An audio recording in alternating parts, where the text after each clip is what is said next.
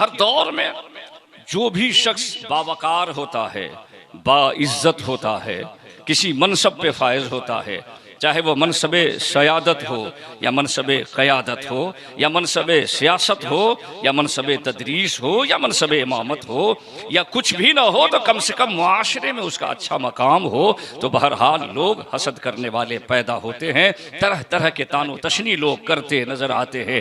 एक वक्त ऐसा भी आया कि महमूद गजनवी पे लोगों ने तानो तशनी के ऐसे बौछार किए कि जहन बड़ा बड़ा गंदा रहा करता था। कुछ लोगों ने तो यहाँ तक ताना दे दिया, चूंकि सबुक्तगीन के जो थे, उसके बाप अलबतगीन जो थे, ये किसी बांदी के बतन से इस दुनिया में आए हुए थे, मशीयत इलाही है। उस जमाने में इस बात का रिवाज था।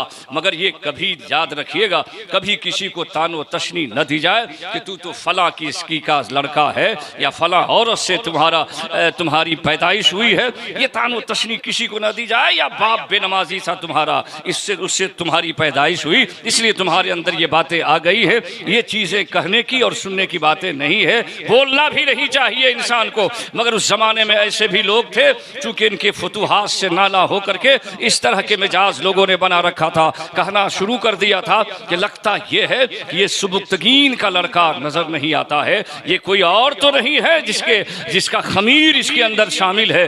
बड़ा मुतफक्किर रहा करता था। यही नहीं, कुछ ऐसे भी सवालात जहन में आए जिसको अल्लामा अबुल बशीर पाकिस्तानी ने अपनी किताब में इस बात का तज़किरा किया है। एक खलजान सहल में यह भी था कि अल उलमा वरसतुल अंबिया।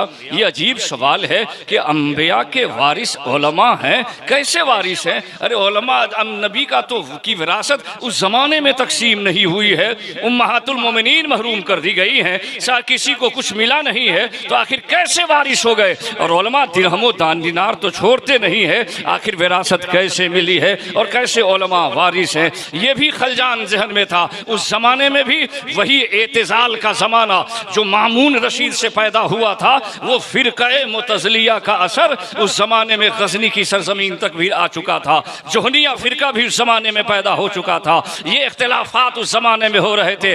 आज भी बहुत सारी बातें ऐसी की जाती हैं कुफ़ारान हिंद की तरफ से कि इस्लाम और मुसलमानों के ज़हन फ़िक्र में ऐसी बातें पैदा की जाए जिससे अपने मजहब से बेजार हो जाएं या उनके जहन में तशकीक की कैफियत पैदा हो जाए। आज भी ये बातें होती हैं, तरह तरह के सवालात करते हैं। कभी कभी इस्लाम को अजीब तरह से पेश किया जाता है अहले ईमान के लिए। उस जमाने में भी ये पेश करना चाहा था फिर कहे एतज़ालिया मुतज़लियों ने, जिसकी बुनियाद पर ये महमूद गजनवी के जहन में ये भी सवाल था कि क्या ये उलमा अंबिया के वारिस हुआ करते हैं? एक दो सवाल उनके जहन में आ गए। फिर तीसरा भी सवाल आया, क्या दुनिया में लोग नेकी करते हैं तो आखिरत में उसका बदला मिलेगा?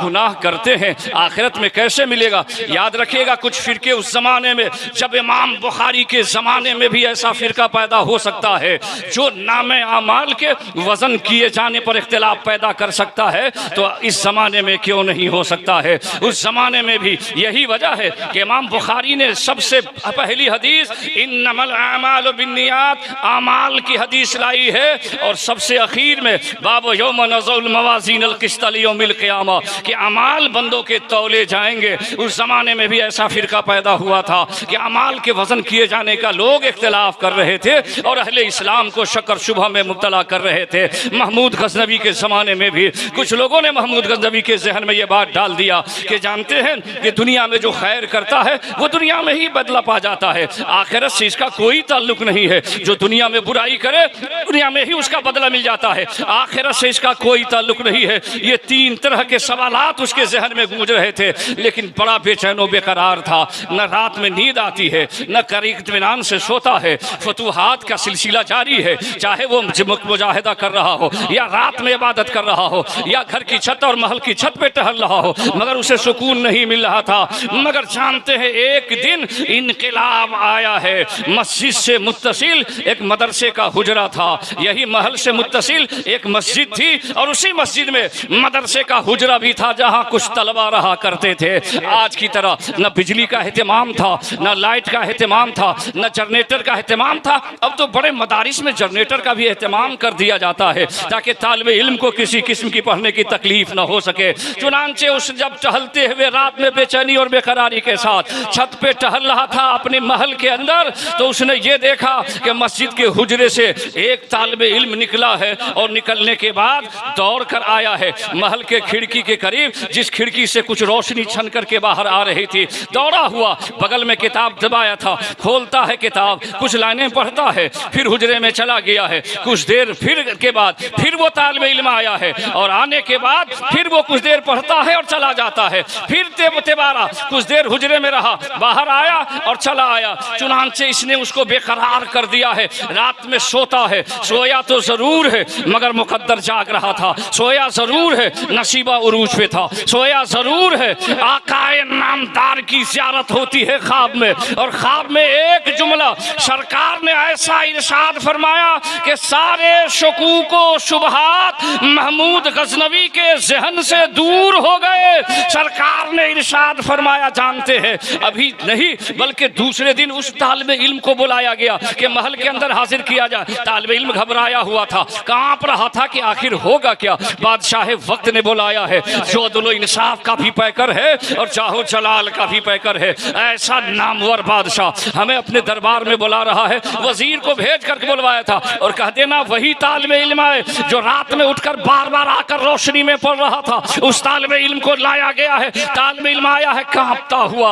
आखिर क्या वजह है कि दरबार में पेशी हो रही है? कहा क्या वजह है? रात में तुम हुजरे में जा रहे थे, बाहर आ रहे थे, जा रहे थे, बाहर आ रहे थे, दो चार लाइनें पढ़ते थे फिर अंदर चले जाते, क्या वजह है? कहा हुजूर मैं तालिबे इल्म हूँ, मदरसा में रोशनी का एहतमाम नहीं है, मैं पढ़ने के लिए मजबूर था। सुबह सवेरे उस्ताद को अपना सबक सुनाना था, अगर मैं सबक न सुनाता तो यकीनन उस्ताद की इसकी मुझे सजा देते और तकलीफ का मुझे सामना करना पड़ता। उस्ताद का खौफ मुझे सबक याद करने पे मजबूर कर रहा था। इसलिए ऐ बादशाह वक्त मैं महल की रोशनी में आकर के किताब पढ़ लिया करता था।